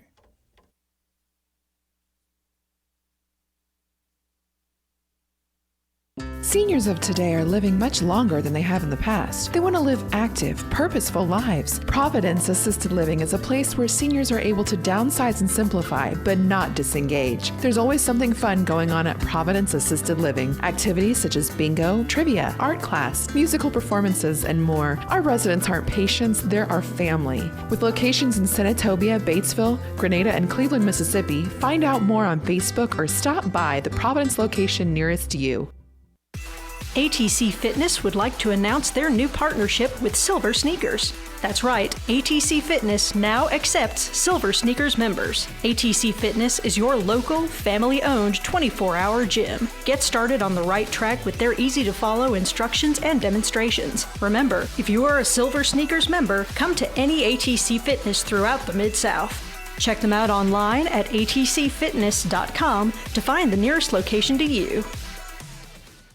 Planning for retirement can be confusing and overwhelming. Tune in to the Servant Retirement Show to hear the current news and events today's retirees need to know. Every Saturday morning at 8 on KWAM, The Voice, AM 990. If you want to talk to Dan Groban or Philip Menard today about your retirement plans, call the team at Servant Advisors Group, 855-260-1000. That's 855-260-1000. Get started on the path toward a comfortable retirement today. 855-260-1000. This is Clark Howard. When you look at the complaints that people are filing online about financial organizations, by far and away, the most complaints being filed are still about 3 companies. Out of all the financial companies in the United States, Equifax, TransUnion, and Experian remain the top sources of complaints. Why? Because the credit bureaus do not look at you and me as the customer. They only care about the companies that buy their reports, buy their dossiers on you. So what you need to know is that if you are having a problem with Equifax, TransUnion, or Experian, they're not going to help you until you file a complaint online at consumerfinance.gov. They treat your complaint, your question, your inquiry completely differently once you've filed your complaint at consumerfinance.gov. Guess what? Right now is the perfect time to tackle those home projects you've been putting off. So come summertime, you can just sit back and relax. Home Advisor can help get you started. Home Advisor matches you to the right pro for the job in seconds. You can read reviews and even book appointments online. Home Advisor can help with any home project, big or small, painting, plumbing, even remodeling. Find a great pro now before the busy season hits. Go to homeadvisor.com or download the free app. Home Advisor.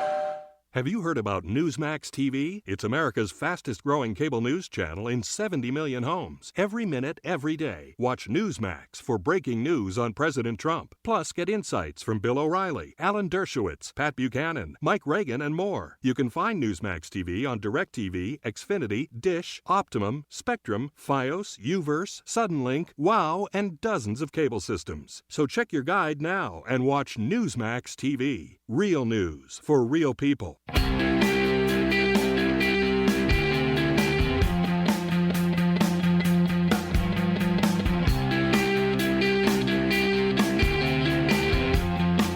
All right, welcome back to it.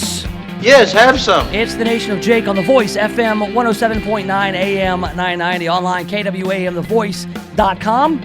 We are streaming live on YouTube. You can also catch up with me on Facebook and Twitter. Just go to Nation of Jake, wherever you want to go, and if I'm on the platform, I'll pop up and be like, hey, what's happening? Okay, in a little bit, I want to tell you about the business that Earl and I are going to start together. Earl does not yet know about it. He'll find out. He's very curious. Curious Earl. But before we get to that big announcement, we got to catch up on some headlines. We do it in the news cruise. It's just a leisurely look. We hop on the boat, we breathe the sea air. News. Exciting and new. Come aboard. We're expecting you. The news cruise. Full of exciting news. The news cruise. So relax and kick off your shoes.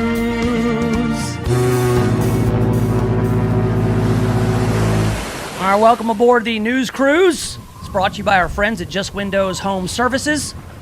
You can catch them online at justwindowsmemphis.com or call for a free estimate on window washing.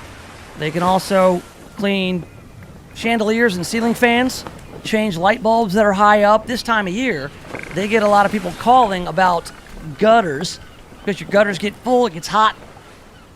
It's a little wet with all this rain coming in next week. Mosquitoes will breed in your gutters. Also ants, any other kind of nasty bugs and stuff. So maybe even call them up, get on a schedule to have your gutters cleaned out every so often. 751-3934. 751-3934. People call Just Windows a lot for pressure washing as well. So you should let them know that your patio's filthy and disgusting. Seriously, the difference, the before and after on a deck or a patio or a walkway after it gets pressure washed with 200 PSI. Check that, 2,000 PSI, I believe. It's night and day. So 751-3934 for a free estimate from Just Windows, and then you tell them that you know the Nation of Jake. Then you get 20% off, not just 10% off, 20% off of all the services from Just Windows. JustWindowsMemphis.com. All right, first up on the news cruise, a follow-up from some breaking news yesterday on this program. Had a lot of breaking news in the news cruise. A train derailed in Germantown Thursday after crashing into a garbage truck at Poplar Pike in Forest Hill, Irene, according to Germantown Police Department. It's one of those E-Box trucks, one of those big blue E-Box trucks. I guess it was backing out of some sort of private drive, didn't see or hear the train, and it was struck by a full-on moving train, and we know does not end well. The train usually wins, but at this point it was derailed. Nobody from the train personnel was injured, but the driver of the truck, I do believe, has expired. Captain Mike Fisher of the Germantown Police Department said the department received a call at 1:40 p.m. notifying them of the crash. He said 14 train cars, which were empty, derailed onto the roadway, and a section of Poplar Pike from Forest Hill to Poplar Avenue will remain closed indefinitely. Now, you've covered a train derailment in your career. You've pretty much seen everything, haven't you, Earl? Pretty much. All right, you ever see the cleanup of a train derailment, how long that takes and what they do? Yeah, but they're really amazing how quick they are at it. In fact, I drove by there just about 20 minutes ago, and they're just about done. They'll have Poplar Pike open back up, I'd say, sometime early evening. They work until Around it's the cleaned clock. up. Absolutely. They do not stop. No. They don't set up any kind of roadblocks and say, oh, we'll be back for lunch. They do not stop. It's good money. It's good work, but it doesn't happen very often. And you have to work 24 hours a day, 7 days a week until it's cleaned up. Well, when you look at the revenue, the amount of revenue that comes through Memphis every single day, 24 hours a day, and that's the main line. That is the main line. They got to do something about that right there, man, at Poplar Pike and Forest Hill. Well, that's just the down railroad from where crossing. The couple was killed. There was a couple at the intersection. There's going to be a school there this fall. Yeah. So they need to do something. People of means, in neighborhoods of means, I'm told, they've got those big barriers to where you can't go around the arms. Because right now it's just a couple of arms that you could go around, get around, or whatever. They've got to do something about that, especially it's going to be messy.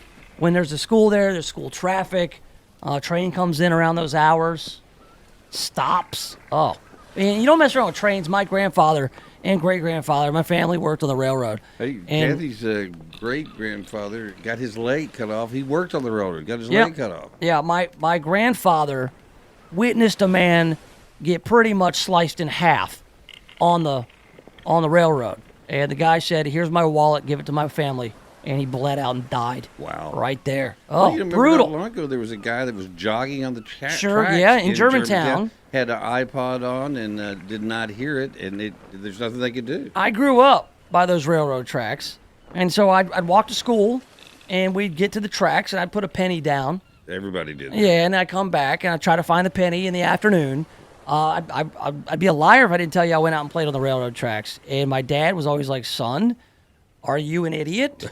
What have I told you about playing on the railroad tracks? How many times did they call us And then you hear the idiots? story about when your grandfather witnessed a man get cut in half. There's a boy lost his leg. Yeah. He was playing on the railroad tracks. Just stay away from it. It's not a playground. Also out in Germantown, we've got the Board of Mayor and Aldermen. They have, I think, approved a disaster declaration for that flooding last week. That was pretty nasty. Over in one of the neighborhoods near Dogwood School off Bracton and Dogwood Road. 30 homes, several vehicles sustained damage. That was just a lot of rain in a short period of time. And if anything is blocking the drainage and it happens in the middle of the night, I mean, you're pretty much screwed. I mean, I don't know if the drainage, any drainage system could adequately handle as much rain that came down, but at least a couple guys said there had to be something blocking the drainage there. Oh, we've got some national news here. You may have heard late yesterday that Sarah Sanders is leaving her White House post. The press secretary will leave her position at the end of the month. The comments from the mass media on her. People are so mean Yep. to Sarah Sanders, and it's because she's the mouthpiece for Donald Trump. She did not have an easy job. I thought she did it pretty well. People want to call her a liar. She did a People great want to say, job. but it's a tough job, especially when Donald Trump's the president. Donald Trump is, again, we talk about it, he's off the cuff. He says crazy stuff, and it's her job to kind of massage that into a message that has some semblance of making sense. And a lot of the time she was very successful. Trump did not make it easy on her. But it's funny because a lot of feminists will not stand up for her when she gets raked over the coals for her appearance. When people want to call her fat or say that she's like a softball coach, or when that Michelle Wolf at the White House Correspondents' Dinner or whatever railroaded Sarah Huckabee Sanders, no women stood up for her. And so it's kind of like, oh yeah, we only defend women we agree with. I guess that she will be running for office in Arkansas, her home for state. governor. Oh yeah, she'll probably be the next governor of Arkansas. I don't know what term Asa Hutchinson is in. Will he term out at some point? This is his first term now. Okay. Well, I don't know if she'll run against him. I sent him when Trump said, "Hey, man, you should go back and run for governor." He didn't have a problem with Asia, does he? No, I don't think so. He may step down early or is appointed to something. Maybe that'll open up. But the governor's office in Little Rock isn't open until January 2023 unless he steps down early. So I guess we'll see. Maybe she'll run for something else. Maybe she'll run for the Senate out of Arkansas. I have no idea. She may want to just give it a rest for a while. I don't know. She's told colleagues and friends she thinks running for office would be a good next move for her, which she'd do great. She'd do great in Arkansas. Well, all right. I wouldn't take her on, would you, man? She's cool under fire. Well, and this is another national story here. Employees of the Department of Agriculture stood and turned their backs on Agriculture Secretary Sonny Perdue at an all-hands meeting on Thursday to silently protest a decision to relocate the agencies halfway across the country. That's right. The folks who live up large, live high on the hog in D.C., and love living in D.C. for the Department of Agriculture, they're being moved to Kansas City. Yes. And they are upset that they have to be closer to the dirty, smelly farmers that they service as parts of it. And so they got up and they turned their backs on Sonny Perdue in protest, as if we care where you live. Look, we've all worked for companies you got transferred. where you got transferred or they relocated. And you could go or you could stay. Correct. Either you could, living in, Butte, Montana is now a condition of employment. If you choose not to live in Butte, Montana, you're choosing not to be employed. See what it is? They don't want to leave the swamp. Of course not. Of course, all the fun's in D.C., man. Now we got to go live among the dirty farmers in Kansas. We don't want to be close to those nasty people, so they're protesting. Okay, when we get back, I want to tell you about the business that Earl and I are going to start. We're full partners. Earl's going to hear about it too, and we will get you set up for the Earl Farrell program. We'll do it next right here in the Nation of Jake. The Voice, KWAM, FM 107.9 and AM 990. When's the last time you looked at the windows in your house? Not through the windows, but at the windows. Really looked at them. There's dirt, streaks, buildup, smudges, fingerprints, paw prints, spider webs, dead bugs. There's little white speckles. I have no idea what they are, and who knows what else. Now, cleaning all the windows in your house makes a big difference, but it's also a big job. That's why you need Just Windows Home Services. Just Windows has been taking the pain out of window cleaning since 1992. Just Windows cleans all types of windows, storm windows, screens, skylights, interior, exterior, upstairs and down. Now, I know I told you the company is called Just Windows Home Services, but they do a lot more. Roof and gutter cleaning, pressure washing, mirrors, blinds, ceiling fans, light fixtures, chandeliers. Look, if you've got hard to reach areas of the house, then you need Just Windows Home Services. Call for a free estimate, 751-3934. That's 751-3934, or get them online at justwindowsmemphis.com. That's justwindowsmemphis.com. KWAM, The Voice, salutes our seniors all month long. Baby boomers are hitting retirement with vitality and vigor that's redefining how senior communities are designed and healthcare is administered. Estimates show that by 2050, there'll be 83.7 million people 65 and older. On average, seniors are the most affluent demographic in America, with seniors having 5 times the net worth of the average American. Today's seniors are redefining aging. They'll play games remotely with their grandkids or read the news on their iPads. In America, seniors use more internet than any other age group. KWAM salutes our seniors. Brought to you by Memphis Jewish Home and Rehab, near Forest Hill Irene and Walnut Grove in Cordova. 901-758-0036. Providence Assisted Living in Senatobia. Quality senior living in a caring environment. Call 662-562-9229. Renew, refresh, and rejuvenate in Ave Maria's rehab greenhouses. After surgery or a hospital stay, you want to get back to your normal lifestyle. If you can't recover at home, Ave Maria's rehab greenhouses provide the transitional care you need to heal mind, body, and spirit. Experienced staff offer physical therapy, speech, and occupational therapy. Enjoy private suites, chef-prepared meals, therapy garden, and more. Ave Maria's rehab greenhouses, personalized care in a home environment. For more information, call 901-386-3211. Seniors of today are living much longer than they have in the past. They want to live active, purposeful lives. Providence Assisted Living is a place where seniors are able to downsize and simplify, but not disengage. There's always something fun going on at Providence Assisted Living. Activities such as bingo, trivia, art class, musical performances, and more. Our residents aren't patients, they're our family. With locations in Senatobia, Batesville, Grenada, and Cleveland, Mississippi, find out more on Facebook or stop by the Providence location nearest you. Brown Properties. They specialize in commercial and industrial real estate in all of North Mississippi. He helped me locate a space and helped me get in so easily. The most professional, most accommodating person that I have ever worked with in my professional career.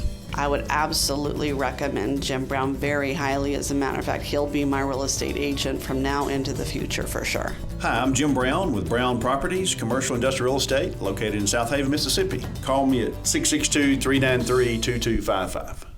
Live your later years like you're on a fabulous vacation at the Robinwood Retirement Community Bartlett. If you are over 55, come and find out about an all-inclusive resort-style living. Month-to-month rent, meals, paid utilities, free cable, phone, and internet are included. Freedom dining, weekly housekeeping, and fitness center are just a few of the amenities offered. Elegant floor plans include full kitchens. Robinwood is the perfect choice for your luxury retirement living. Call 901-381-8949 to find the perfect place for you.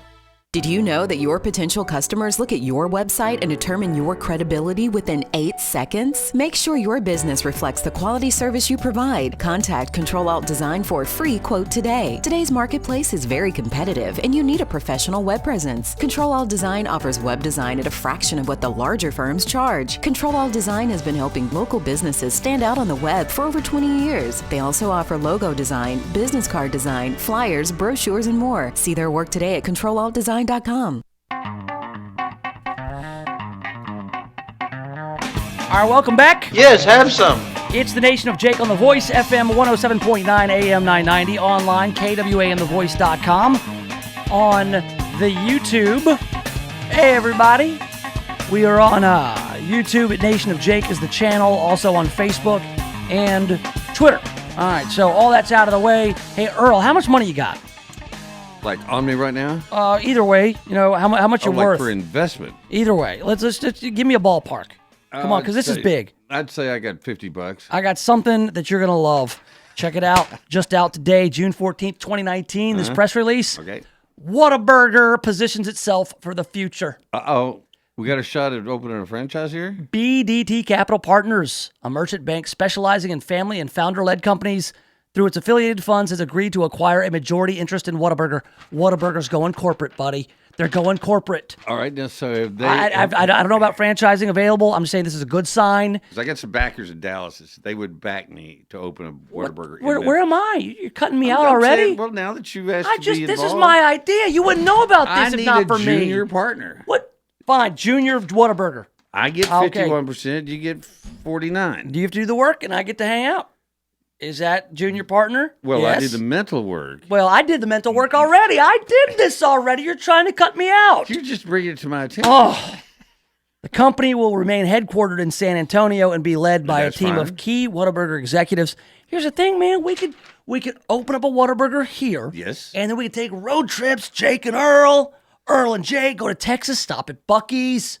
Well, maybe get in good with the Buc-ee's guys. If we got a Whataburger. We can't. They don't sell burgers. They don't sell burgers at Buc-ee's. No, but they got burgers, Whataburgers all over Texas. That's where they started. Do you know where the first Whataburger was? Yes, my hometown, Odessa, Texas. Odessa. All right, so we got a story. We got some money. We got your $50. You got your backers in Dallas. I'm a junior partner. Let's do this. Here's the Whataburger near you. Do the research and let me know, and then I'll just collect my check. I will do my research. I'll collect my check. You can get your paper hat and be a Whataburger boy. Heck yeah, let's go. All right. Earl's up next. I'll be back on Monday at 1. So long, and thanks for all the fish. Whataburger! CBS News at the top of every hour and the most local talk in the Mid-South. This is KWAM Memphis. This is CBS News on the Hour, sponsored by Rocket Mortgage by Quicken Loans. I'm Jim Shenevey. President Trump says the U.S. has video proof of Iran's involvement in the bombing of oil tankers in the Gulf of Oman. Video of an Iranian boat removing an unexploded mine. He told Fox News. Iran did do it, and you know they did it because you